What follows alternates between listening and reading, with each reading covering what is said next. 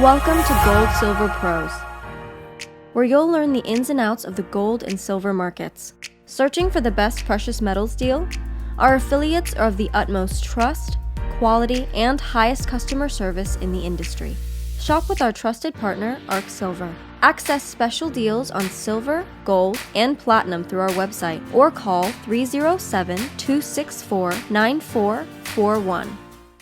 Hey everybody, this is 𝙂𝙊𝙾𝙆𝙍 with 𝙂𝙊𝙇𝘿, and it is Sunday, July 24th, 2022. And today I wanted to talk about a stock for the Mining Stock Monday series. We usually release these on Sunday night or Mondays for you guys, especially the ones investing in the market and want to get an early look at a stock or a sector of interest for your week for your investment activities. Today I wanted to talk again about UEC, that's Uranium Energy Corp, and this will probably be about the third or fourth time that I've covered them. Lately, I used to write about them years ago when I would see them at conferences and do research on the uranium sector for Seeking Alpha. This will probably be my third or fourth video on the channel talking about them. I'm intrigued by them because they're in the United States. We have a dire need for uranium for our nuclear plants in the United States and around the world. And as a presentation I'm going to show you today outlines, we have a severe supply issue going on. I'll give you statistics and various resources that I've been researching, but it's very crucial that we get good uranium. The second reason is uranium is doing much better than most of the other commodities on the market, even than the precious metals right now, as we wait for the precious metals bull market to get restarted here pretty soon. Uranium has been performing. It's hovering right around $50. It's had a good solid price. We need it to come up more for the American uranium production to start cranking out uranium. Some insiders think between $60 to $80 a pound. We're going to have to see what it actually takes, but we're getting close to that point where the uranium revolution is basically going to come to the world and also come to America. So without further ado, let's talk about the company that I have for you. And what I'm going to do is I'm going to put the presentation up and we're going to share that. And I'm basically going to walk you through why I think we're in a uranium bull market. Of course, we're going to talk about UEC in this as our target company as well. You can trade them on the NYSE American UEC, so very easy for American investors to get involved in this company, which is also based in the US. So why would you want to be a uranium bull? Well, the three main reasons I can look at right now has to do with Russia and the potential lack of uranium supplies we previously counted on. That has to do with the conflict now going on with Ukraine, but deeper than that, if there's a further deeper conflict between Russia and its allies and other nations, especially than the other NATO nations, we could have a ramped up and continued expansion of sanctions against uranium product, meaning we may not get what Russia is able to provide. And we're already in a supply deficit, which we'll see here in a moment. I'll get into those details.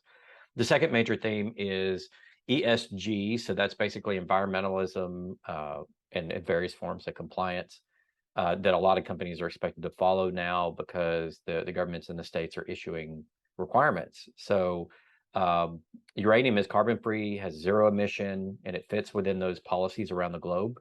It is basically the answer for compliant grid power that you're not going to get anywhere else. You're not going to get it with wind, solar, coal, or natural gas, and I'll explain why in a moment. I have all those details for you. So if you're looking at ways to help boost the grid power across the world, or even just in your neck of the woods to make sure you have stable electricity, uranium really, I'm going to make the case in this presentation, is the only answer out of the existing fuel sources that we have and can get access to on a scalable amount. The third reason is that inflation is the most persistent it's been in about 40 years, which means commodities are in one of their best cycles. Commodities do well in an inflationary cycle. We've seen that with uranium popping, aluminum, I think tin, zinc, lead, some of those have already popped up. And you're going to see more as the commodity cycle gets deeper. It would get deeper into that commodity bull cycle. And there's nothing more crucial to world GDP and commodity cycles really than energy. You need affordable energy and you need supplies of energy to have any sort of cyclical business boom. So we want to get back to having a reliable economy. You're going to need cheap grid energy. You're going to need uranium. I don't see any other way around that. From the UEC slide deck, I copied this out because I think it's very interesting when talking about the nuclear fuel markets. So in and around the Russian invasion of Ukraine, some comments and some stances from some people here. Senators Joe Manchin and Jim Risch introduced the International Nuclear Energy Act of 2022 It creates the U.S. Nuclear Fuels Security Initiative to reduce and eliminate reliance on Chinese and Russian nuclear fuels. That was back in April. In March, Senator Barrasso leads bill to ban Russian uranium imports because of the conflict. So we're already trying to ban that uranium coming from Russia. At the same time, we do not have our own production. We'll get to that here in a minute. Congressman Pete Stauber, joined by Congressman Adrian Smith, Vicente Gonzalez, and Henry Cuellar, introduced legislation to ban imports of uranium from Russia. That was in March also. You see some news from the industry here. Trade Tech says, with a widespread trend away from Russian products and services, many nuclear utilities are exploring alternative supply options. The trend is foreshadowing a potential bifurcation in nuclear fuel markets, meaning U.S. has to get theirs up and running if they want access, period, end of story. We must get ours up and running. Russia's unprovoked war in Ukraine has fundamentally shifted global nuclear fuel markets. That was in UXC. And Barron's said uranium prices are through the roof as the war shifts thinking on nuclear power. This is back in March.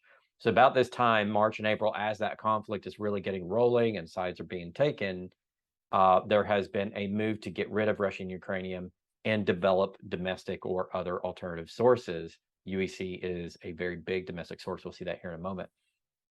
Other things to note: EU Parliament votes to designate gas and nuclear as sustainable. That's natural gas and nuclear, because they know that they need reliable grid energy. So they're putting a green label on it, essentially, so that they can get past a lot of the regulations on the fuel sector and get uranium fast tracked, because the EU knows if they don't get uranium fast tracked, they're in deep stuff right now with the Russian gas situation and the dwindling supplies of cheap above ground fossil fuel energy that they either want to get rid of or don't want to use anymore, or we can't find it as cheaply anymore, i.e. natural gas is not as easy to find in Europe. This means that nuclear energy will be relied on in Europe, but the situation is pretty bad right now in terms of where EU is in its nuclear policies. They're not congruent amongst different EU country states or member states. And so there needs to be a lot of work done. And there is some work being done, we'll see later in the presentation, over a lot of these big European economies towards nuclear. The EU needs to replace energy quickly that it lost from closing power plants and turning off coal and natural gas facilities. As of late, Russia supplies 10% of uranium, could cut supply, much like they did with natural gas to Europe. State-owned entities in Russia, Kazakhstan, and Uzbekistan are supplying almost half of the fuel used by America right now. We are the largest users of uranium on our energy grid. America has very little attractive uranium extraction and has turned down most of its production. Per the Energy Information Administration, U.S. uranium mines produced only 21,000 pounds of 𝙂𝙊𝙇 or uranium concentrate in 2021. Production data was withheld in 2020, but 2021 production was down 88% from 2019. Production way down. The U.S. has negligible production of uranium. This is a big issue, as you can imagine.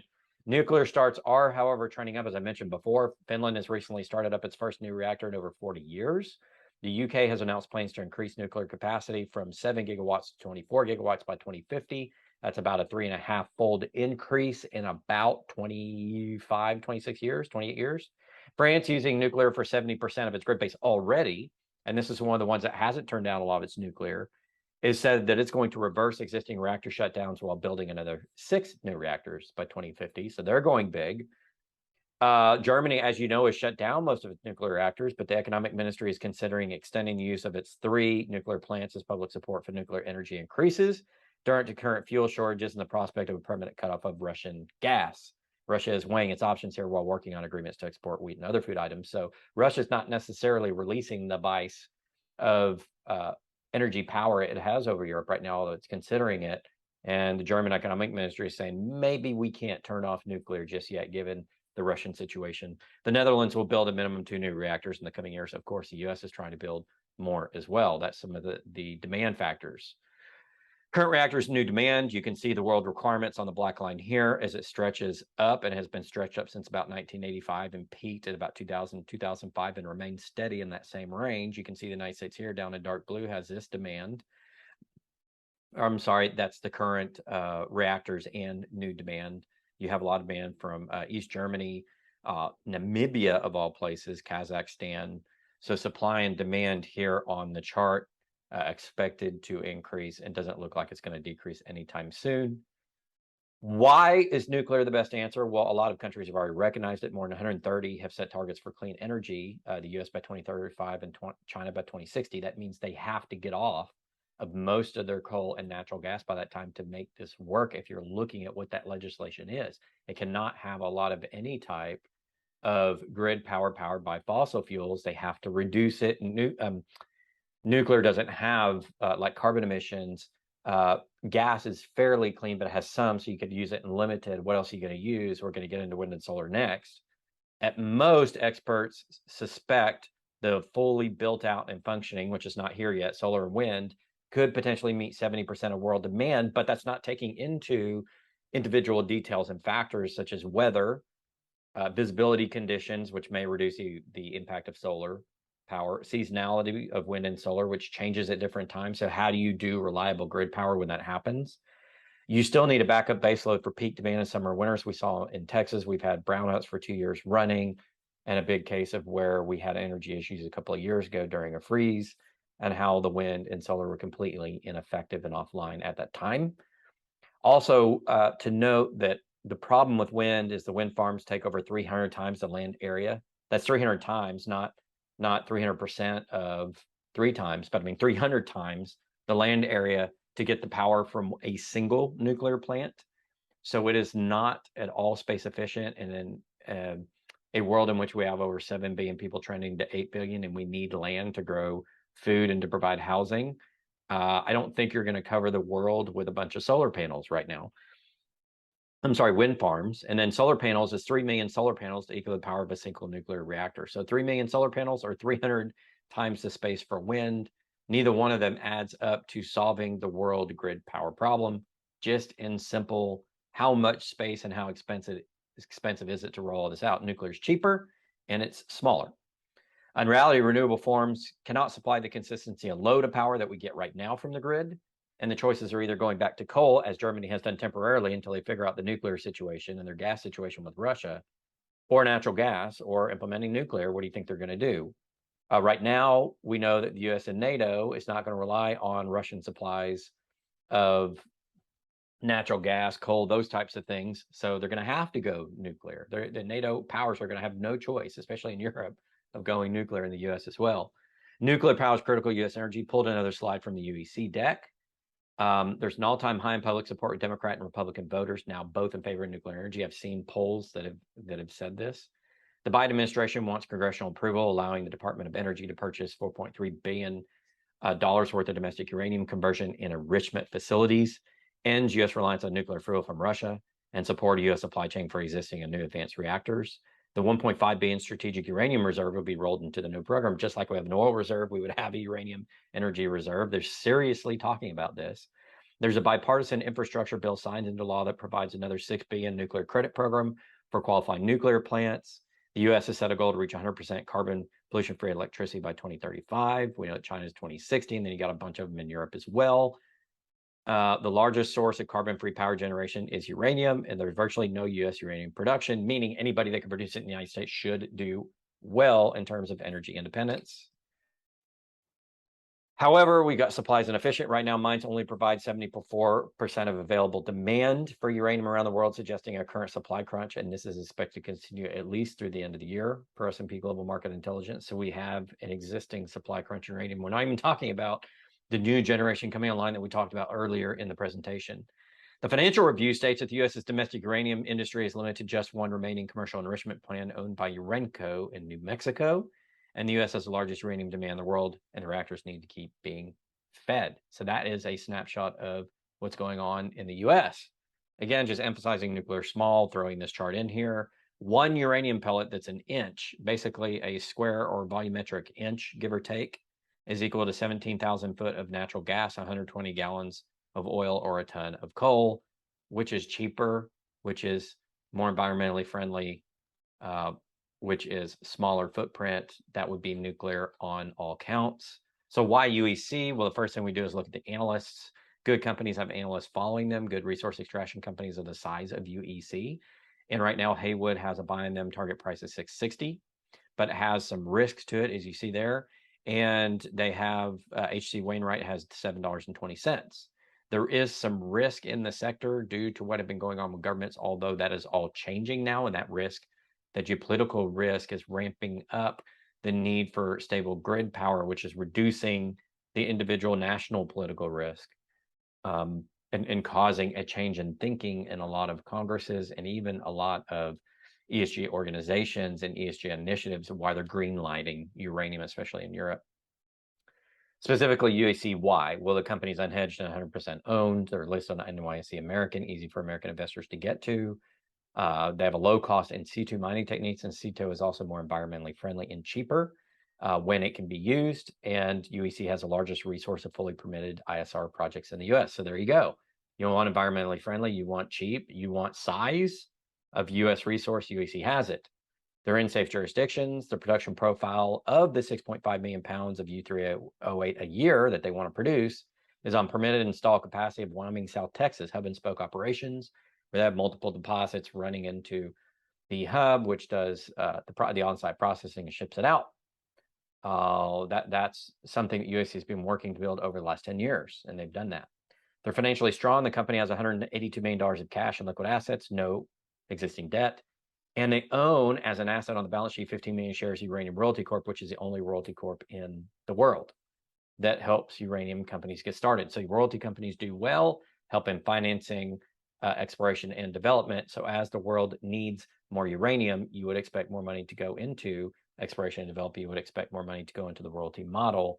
UEC has a lot of shares in the only royalty corp in the market, which is going to profit greatly from the uranium boom that has already started. Again, a great asset to have on UEC's books, and UEC supporting Uranium Royalty Corp, which is going to grow like mad during this next uranium boom, in my opinion. And the uranium boom, which I don't think we can do anything about, is going to come no matter what. Also, UEC also has 5 million pounds of 𝙂308 sitting in a warehouse secured that it's ready to sell. So as the price hits their targets, they can sell that to help finance operations. So from an investment or financial standpoint, UEC is sitting here pretty. They've got what they need in terms of money to get things started. They even have some uranium. They've got the permits. They got everything. They've got where investors can get to them on the New York Stock Exchange. They got everything that they need basically to run. And there are a lot of shareholders that have ownership in them. You know, we saw H.C. Wainwright and Haywood giving they're following the company, giving their ratings. You have big guys who are actually in the company. Fidelity Investment, State Street, BlackRock.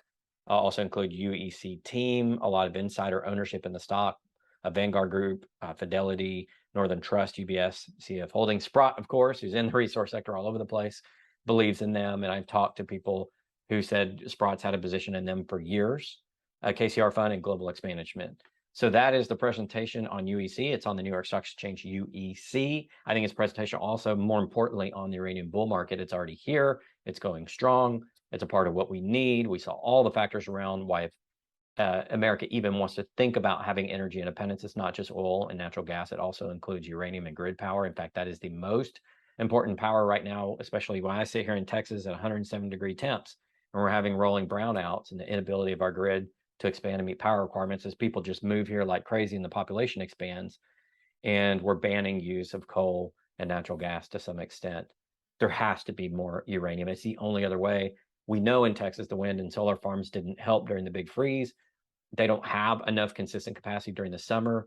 I've been reading articles about the wind farms are expected to produce only 20% of the available power right now because of a lack of wind in West Texas than they would produce on a normal basis. So we're 80% down on our western wind farms here in Texas on our power grid.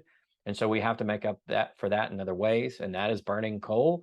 And that and natural gas, well, more natural gas than coal, I'm sorry, does burn natural gas for right now, taking that up to the capacity and then deciding, do we need more nuclear or natural gas plants? I think we're starting to lean nuclear. I think the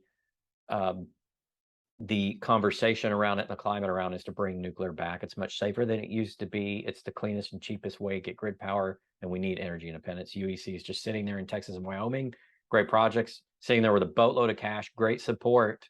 The facilities, 5 million pounds of uranium sitting there just waiting to take off. And I think that we may need to get uranium about 60 before that US explosion really occurs, but we're really close.